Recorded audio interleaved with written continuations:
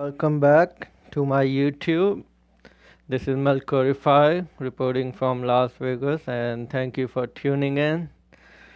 Oh, it's been a long time, 1.5 months. I haven't made any video at all, but finally, I'm back in front of you guys, and today I want to talk about a pair of headphones that I can say that was the first real hi-fi headphone that I bought. And some people's definitions might be different, but this is my definition. And the headphone that I got for you today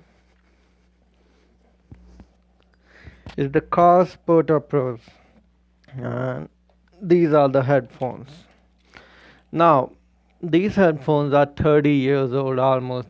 Came out in 1985, and through some miracle, they hold up well still 30 years later. And not only do they hold up well, I think these are some of the very best headphones on the market right now. So let's start this review and let's get into it. Now these headphones, now the first thing about these headphones, when you look at them, they are not bad to be wearing in public. However, there are problems with the way they were built. They adjust on your head by this mechanism, and this mechanism sometimes catches hair, and that is an unfortunate thing, but the easiest way to fix it is wear a hat like I'm doing. And it's not a matter of if it will not catch your hair, it catches everybody's hair. Almost everybody I have talked to that has owned this headphone has reported the same thing, that the hair gets caught in the headband. So you gotta wear a hat. Some people actually find out where they sit and they will glue the thing together or tape it. I don't advise doing that because it ruins the look, and somebody else might want to try your headphones. So don't do that. Um, Another problem that is with this headphone is the right hook. I don't know if you can make it out on the camera, but there is a hook right here. This hook sometimes catches, not catches, it digs into your ears. So what you can do is you can adjust these sliders right here. They will say light or firm. Move them all the way down to the light. Excuse me. And the hooks won't dig into your ears anymore. Now, this headphone, when I bought it 7 or 8 years ago, was on the sale on a Black Friday, and I bought it for 65, something like that. And they were going for $100. But right now, at this moment, they are going for $40. They are an on-ear headphone that is $40. Without a mic actually, because they do have an attached cable, so you cannot just add any other cable that you want. The mic version is $50, but the real advantage of buying that mic version is because it comes in black and gold. There is a color option that you can select that is black and gold, and that black and gold looks fantastic. It might be the best looking on-ear headphone of all time. Mass Drop has one version which is all black except the silver on the cup, and that one goes for $40 with the mic. So that is actually the best deal, but it is not always on there. It comes time to time. Now these are a on-ear headphone that is actually open back, and that is the perfect transition into the sound of these. Now when you have an on-ear headphone and you try to get bass out of it, it's usually a disaster. Half of the time it is a disaster. And when you have an on-ear headphone that is open and on-ear, and you try to get bass out of it, that is 90% of the time a disaster. Not this little guy here. This little guy manages to avoid those two bullets. And the bass on these, now I'm describing the sound on these headphones. The bass, it has mid bass and upper bass. It doesn't have a lot of sub bass. You're not gonna hear something around 30, 40, 50, 20, but you will hear good bass in the mid bass. The upper bass booms a little bit into the lower mid range, but not so much that it is a problem. So basically, the bass is very, very good for an open headphone. And I suspect the reason how they do it is because they just sit right on your ear. So basically, those vibrations, they don't have any air to catch. The lows are just hitting your ear. They're in contact with your ear. And unlike most of the open headphones, these do not have a grill on the back. The cup has little holes cut out into it, and that is how they are open. And that is actually a very, very intelligent design, because for 35 you are a 35 driver and you are making an open headphone. That is the way to get bass. Because if these were more open, the bass would escape from the back.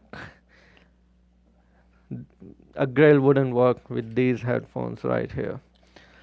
So that is how the bass is on these headphones. And some of you might be thinking that this guy is actually, yeah, I'm reading. I forget a lot, but I actually wrote down everything I wanted to talk about. So moving on, let's talk about the highs before we talk about the mids on these, because the highs are detailed enough, but in the upper highs they are rolled off a little bit.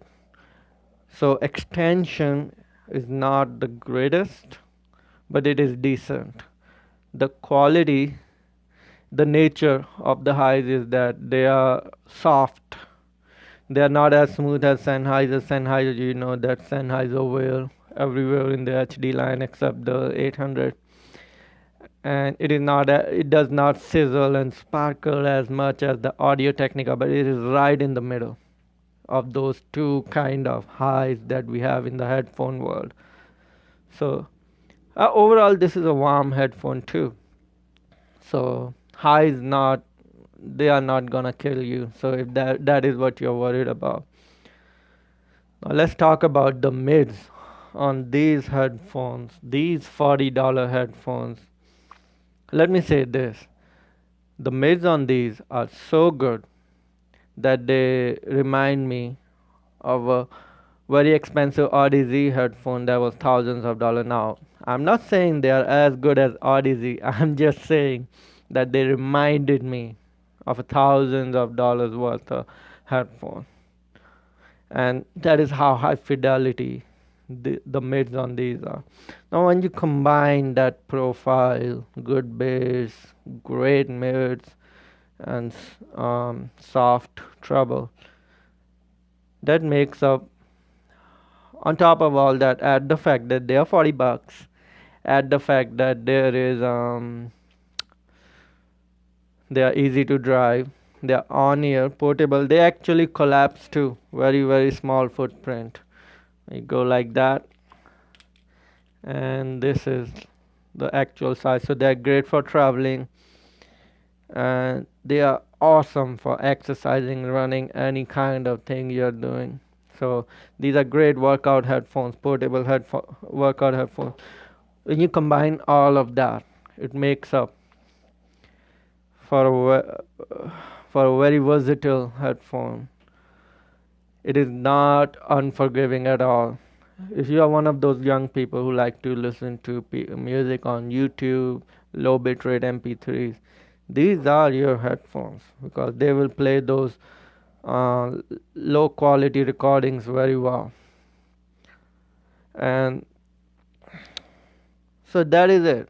The sound stage on these is not super wide, but it is definitely present. You can perceive it. I was gaming in these all the time. I used to game and racing games, first person shooter. They are decent. You can make up people left, right, behind, forward, whatever. And imaging is great, actually. Very, very good imaging. Because they kind of balance, if you think about it. Most headphones they have the 3.5 mm going into it. They have two wires coming into. I don't know if they have their separate ground or they share a ground, whatever it is. Something makes the imaging thick on these headphones. Now, that was me technically doing this review, trying to give you an image that bass is good, mids are great, highs are decent, soundstage is decent, imaging is very well. But how do they make me feel?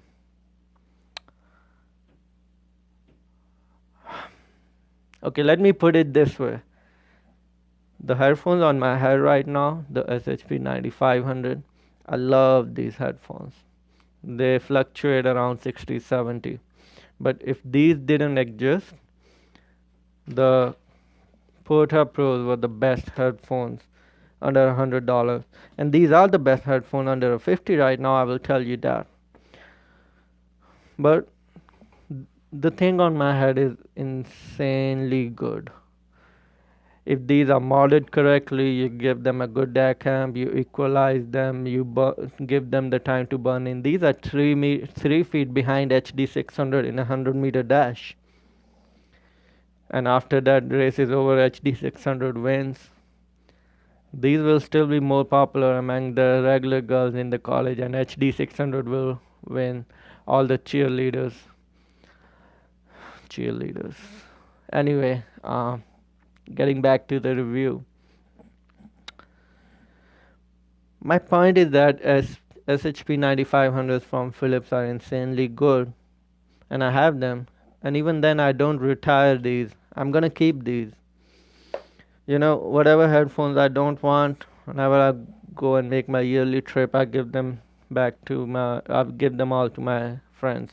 These are never going away because I'm gonna keep these because I know how good they are, how easy, what is the word I'm looking for, how convenient these are. You can drive them off of anything and everything is good. Pop music is good, classical is good, everything is good. So not only that, they serve a very important function in this world today.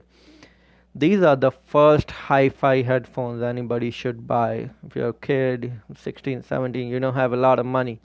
You've been using shitty Apple earpods, or whenever the Black Friday is up, you talk to your parents, please get me a Beats. Beats are the best. These are the first real pair of headphones you should own, because if you go ahead and you get a HD 600 for your best headphone, you're not gonna like it. You need a well-rounded headphone. In cricket terms, this is an all-rounder headphone. Little inside joke for my cricket buddies. Anyway, if you have watched this video now and you go buy a pair of Beats or Apple earpods or all of that shit, Altec Lansing, whatever that shit is on Walmart shelves or Best Buy shelves, you committed a sin, son. Go to a church and wash yourself with holy water, because that is a sin. If you know these exist, you buy lo-fi crap, that is a sin. Come to me, confess, and we will rid you of your sin. And that is the note I end this video on. We'll leave the link.